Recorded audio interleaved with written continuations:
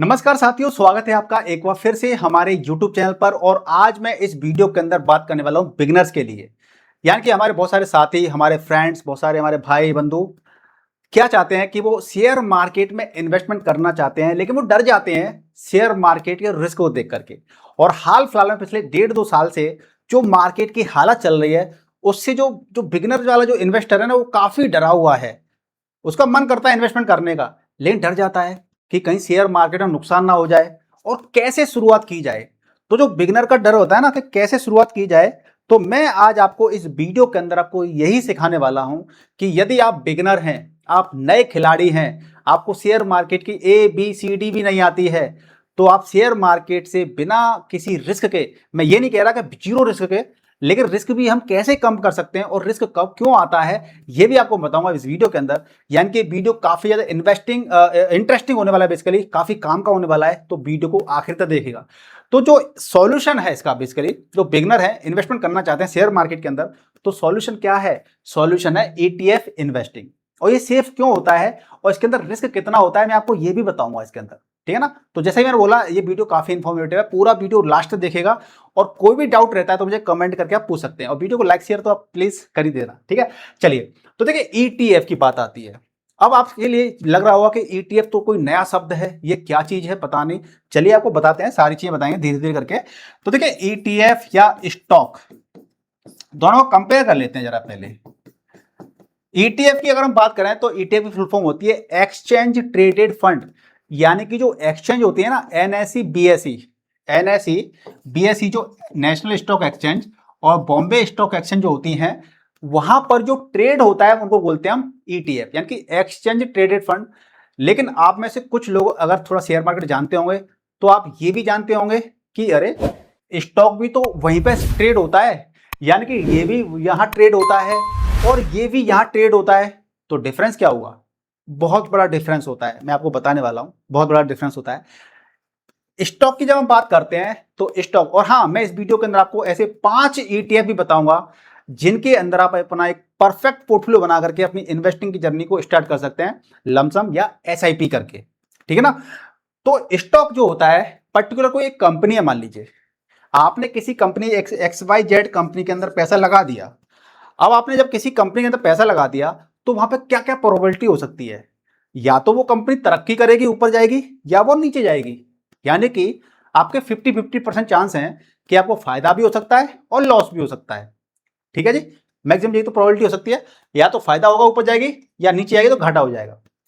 लेकिन ETF में क्या डिफरेंस होता है? ETF क्या होता है? बंच। यानी कि इसके अंदर कोई एक सिंगल कंपनी नहीं होती है, इसके अंदर ग्रुप ऑफ स्टॉक्स होते हैं। ग्रुप ऑफ स्टॉक मतलब कि इसके अंदर एक से ज्यादा कंपनी होती है, यानी कि एक ETF के अंदर एक से ज्यादा कंपनी होती है। अब एग्जांपल ले लेते हैं, मान लीजिए निफ्टी 50। अब ये निफ्टी 50 क्या होता है? निफ्टी 50 हमारे देश का इंडेक्स है। अब इसी इंडेक्स की रेप्लिका या इसको कॉपी कर देते हैं तो क्या बन जाता है? Nifty 50 ETF। यानी हमारे देश की जो टॉप 50 कंपनियां, जो ग्रुप है, इंडेक्स है, उसको कॉपी पेस्ट कर दिया और क्या बन गया हमारे पास? ETF। यानी कि निफ्टी 50 का एग्जांपल ले लेता हूं मैं, निफ्टी 50 ETF कर देता हूं अब इसको मैं। तो मेरा पैसा अगर मैं इसके अंदर लगा रहा हूं, तो मेरा पैसा किसी एक कंपनी के अंदर नहीं लग रहा है, मेरा पैसा इन 50 कंपनी के अंदर लग रहा है, और वो भी देश की टॉप 50 कंपनी के अंदर। तो आप खुद सोचिए, क्या हमारे देश की टॉप 50 कंपनी भाग जाएंगी मार्केट से, पैसा लेके भाग जाएंगी, या सारी की सारी, जब मेरा पैसा 50 कंपनियों में जा रहा है, तो क्या सारी कंपनियां में लॉस से चली जाएंगी? क्या सारी कंपनियां प्रॉफिट में चली जाएंगी? हो सकता है कि कुछ कंपनियां प्रॉफिट कमा रही होंगी अच्छा खासा, कुछ एवरेज प्रॉफिट कमा रही होंगी, कुछ चल रही होंगी बस, कुछ लॉस में चल रही होंगी। लेकिन ऐसा तो नहीं है कि सारी सारी कंपनियां, क्योंकि इसका निफ्टी 50 का फायदा क्या है, या जो इंडेक्स होता है, कि आपकी कुछ कंपनियां प्रॉफिट में, कुछ लॉस में, कुछ बहुत अच्छे प्रॉफिट में चलती रहती हैं। और खास तौर से जो इंडेक्स होते हैं, इंडेक्स में क्या रहता है कि भैया, इंडेक्स में जैसे निफ्टी 50 है, तो इसके अंदर हमेशा ही 50 कंपनियां रहेंगी बढ़िया वाली, टॉप क्लास की। अगर कोई परफॉर्म नहीं कर रही है तो वो यहां से निकल जाएगी इसमें से, और जो परफॉर्म अच्छा कर रही होगी वो यहां आ जाएगी। मतलब कि आपके पास हमेशा ही एक ऑप्शन रहेगा कि टॉप कंपनियां। निफ्टी 50 का मैंने एग्जांपल लिया आपके लिए, ठीक है ना? तो क्या रहता है कि यहाँ पे ग्रुप ऑफ स्टॉक्स में क्या होता है? मजबूती।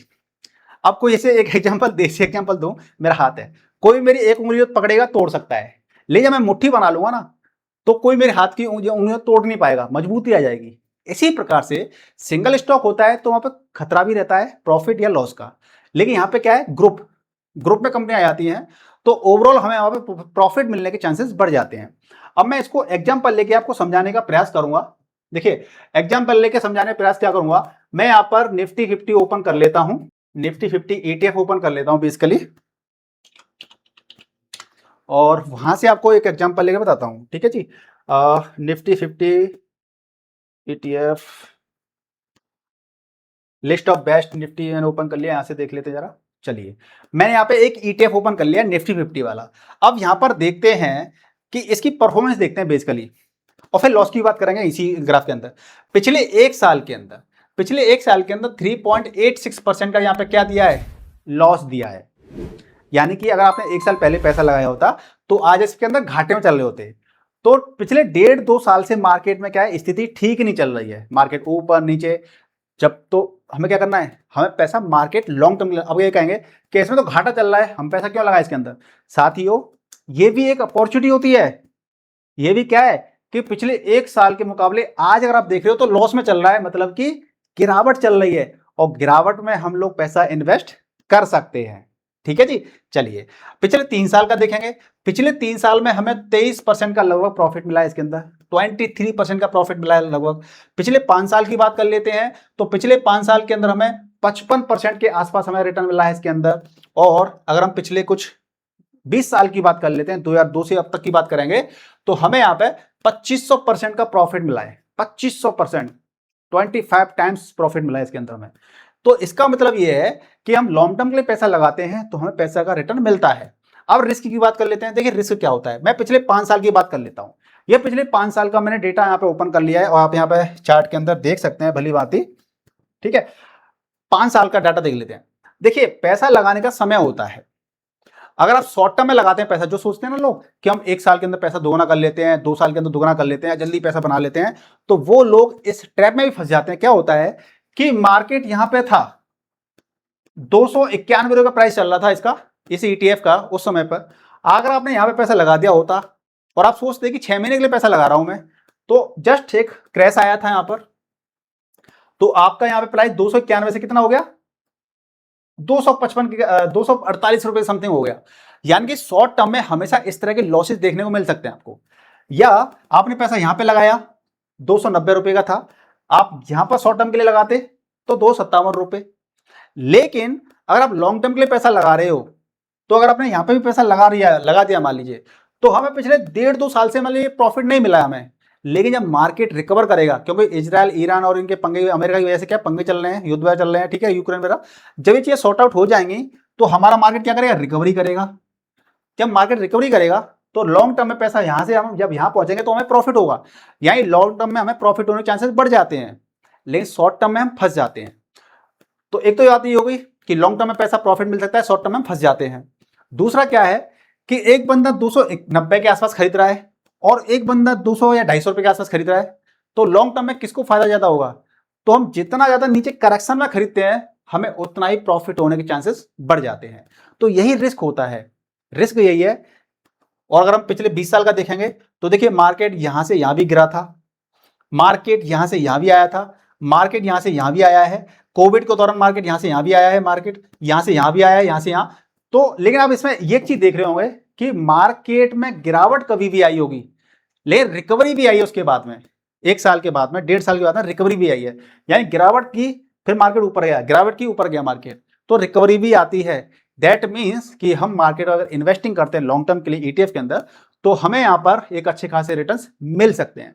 अब बात आती है कि भाई हमारे को अगर ETF में इन्वेस्टमेंट करना है तो बेस्ट ETF कौन कौन से हो सकते हैं हमारे लिए। तो देखिए, ETF भी रिस्क के अकॉर्डिंग हमारे पास कैटेगरीज है ETF की। तो पहले रिस्क समझ लेते हैं। देखिए, अब जो निफ्टी 50 की बात कर रहा हूं, ये क्या है, बड़ी बड़ी कंपनियां होती हैं हमारे देश की, टॉप 50 कंपनीज, मतलब कि जो हमारी टॉप 100 कंपनीज होती हैं उनको हम बोलते हैं लार्ज कैप। 101वीं से लेकर के 250 कंपनियों को बोलते हैं मिड कैप, और 250वीं कंपनी से लेकर नीचे जितनी छोटी कंपनियां होती हैं उनको बोलते हैं हम स्मॉल कैप। तो जो बड़ी कंपनियां होती हैं उनके पास इंफ्रास्ट्रक्चर अच्छा होता है, मैनेजमेंट अच्छा होता है, उनके पास सब कुछ होता है, फंड भी होते हैं, ठीक है ना, वेल सेटल्ड कंपनी होती है, यानी कि वहां पे रिस्क काफी कम होता है। जब रिस्क कम होता है तो हमें रिटर्न भी वहां पे कम मिलते हैं, राइट। इसी प्रकार से अब मिड कैप की बात कर लेते हैं, तो मिड कैप में क्या होता है, लार्ज कैप के मुकाबले छोटी कंपनी होती है, तो यहाँ पे रिस्क बढ़ जाता है। तो जब रिस्क बढ़ जाता है तो हमारे रिटर्न भी बढ़ जाते हैं, ठीक है जी। अब बात आती है स्मॉल कैप पर। स्मॉल कैप मतलब और छोटी कंपनियां, तो जब और ज्यादा छोटी कंपनियां होती हैं तो वहां पर रिस्क ज्यादा होता है, लेकिन उनके पास ग्रोथ करने के लिए काफी ज्यादा एक माहौल होता है, समय होता है। यानी छोटी कंपनी, देखिए छोटी कंपनी ऑलरेडी नीचे है तो बढ़ने के लिए उसके बाद मिड कैप भी बन सकती है, लार्ज कैप भी बन सकती है, ठीक है ना। तो ये स्मॉल कैप में रिस्क ज्यादा है बट आपको रिटर्न भी ज्यादा मिल सकते हैं। तो हम बात कर रहे हैं लार्ज कैप की। तो लार्ज कैप के लिए ईटीएफ कौन सा बढ़िया है, तो लार्ज कैप के लिए है निफ्टी 50 ईटीएफ, यानी कि निफ्टी 50 हमारे देश की टॉप 50 कंपनी वाला ईटीएफ। तो निफ्टी 50 ईटीएफ, अब अलग अलग एएमसीज ने अपने अपने ईटीएफ बना दिए हैं उसी इंडेक्स को कॉपी करके, चाहे वो आपकी एसबीआई हो, चाहे आपकी निपॉन हो, चाहे वो आपकी एचडीएफसी हो, चाहे वो एक्सिस हो, ठीक है ना।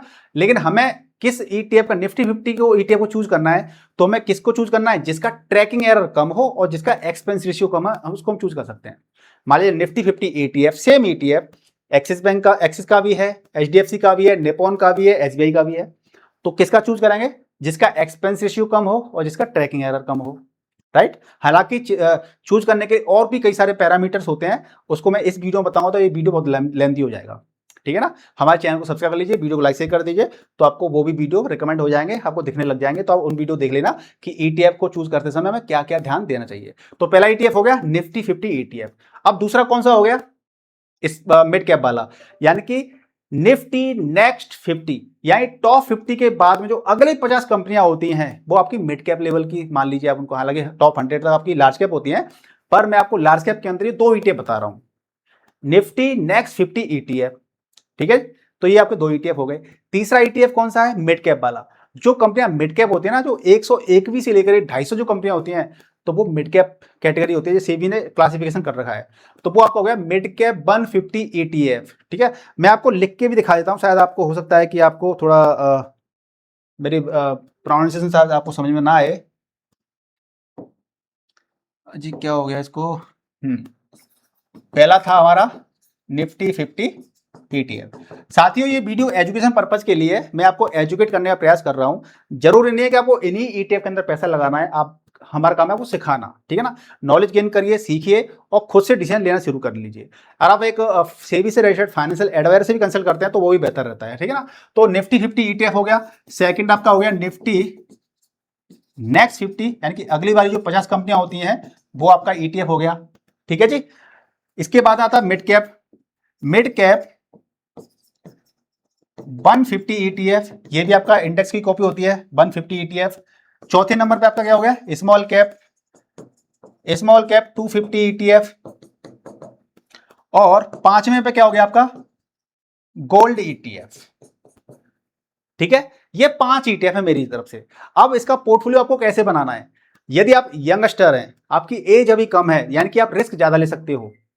अगर आपकी एज, अगर बात करें कि आपकी एज ज्यादा है, यानी कि आप रिस्क ज्यादा नहीं ले सकते, तो आपको उसी प्रकार से क्या करना पड़ेगा, इन्वेस्ट करना पड़ेगा, ठीक है जी। तो अब यहां पे क्या है, ये आपका रिस्क ही कम होते हैं, यहां पे रिस्क बढ़ गया, यहां पे और ज्यादा रिस्क बढ़ गया। अगर यंगस्टर है, आपकी एज है, आप रिस्क ले सकते हैं, तो आप ज्यादा होल्डिंग अपनी इन दोनों के अंदर डाल सकते हैं। अगर आपकी एज कम है, वो ज्यादा है सॉरी, और रिस्क ज्यादा नहीं ले सकते हैं, तो आप ज्यादा होल्डिंग आप इसके अंदर डाल दीजिएगा और इनके अंदर कम डालिएगा। और ये गोल्ड ईटीएफ होते हैं ना, ये आपकी हेजिंग के लिए होते हैं। जैसे कि जब शेयर कहते हैं ना कि शेयर मार्केट गिरेगा तो गोल्ड हमें बचाता है, तो ये हेजिंग के लिए हो गया हमारा। तो इस प्रकार से मान लीजिए अगर आपकी एज अगर ज्यादा है, आप रिस्क ज्यादा नहीं ले सकते, मॉडरेट इन्वेस्टर हैं, तो आप 50% पैसा यहां डाल सकते हैं, 50% पैसा यहां डाल सकते हैं आप, ठीक है ना। और 15% यहां डाल सकते हैं आप गोल्ड ईटीएफ के अंदर, 10 से 15% आसपास, और 20 से 30 या 35% पैसा आप यहां डाल सकते हैं। तो इस प्रकार से आप इन्वेस्टिंग अपनी रख सकते हैं, नो डाउट। और मुझे उम्मीद है कि आपको ये वीडियो पसंद आया होगा। अगर आपके मन के अंदर कोई भी डाउट रहता है तो मुझे कमेंट करके पूछ सकते हैं। और हाँ, एक बात और, कि ईटीएफ में इन्वेस्टमेंट करने के लिए आपके पास डीमैट अकाउंट होना चाहिए, और डीमैट अकाउंट यदि आपके पास नहीं है तो वीडियो के डिस्क्रिप्शन में लिंक है, उस पर क्लिक करके अपना डीमैट अकाउंट ओपन कर सकते हैं और अपनी इन्वेस्टिंग जर्नी को स्टार्ट कर सकते हैं। और इनके अंदर लमसम भी कर सकते हैं, और साथ में एसआईपी करके भी अपनी इन्वेस्टिंग को शुरुआत कर सकते हैं। तो मुझे उम्मीद है कि आपको वीडियो पसंद आया होगा। अगर पसंद आया तो इस वीडियो को लाइक कर दीजिए, शेयर कर दीजिए, और चैनल पर यदि आप नए तो चैनल को सब्सक्राइब जरूर कीजिएगा। मिलते हैं नेक्स्ट वीडियो में, तब तक के लिए गुड बाय, टेक केयर, जय हिंद।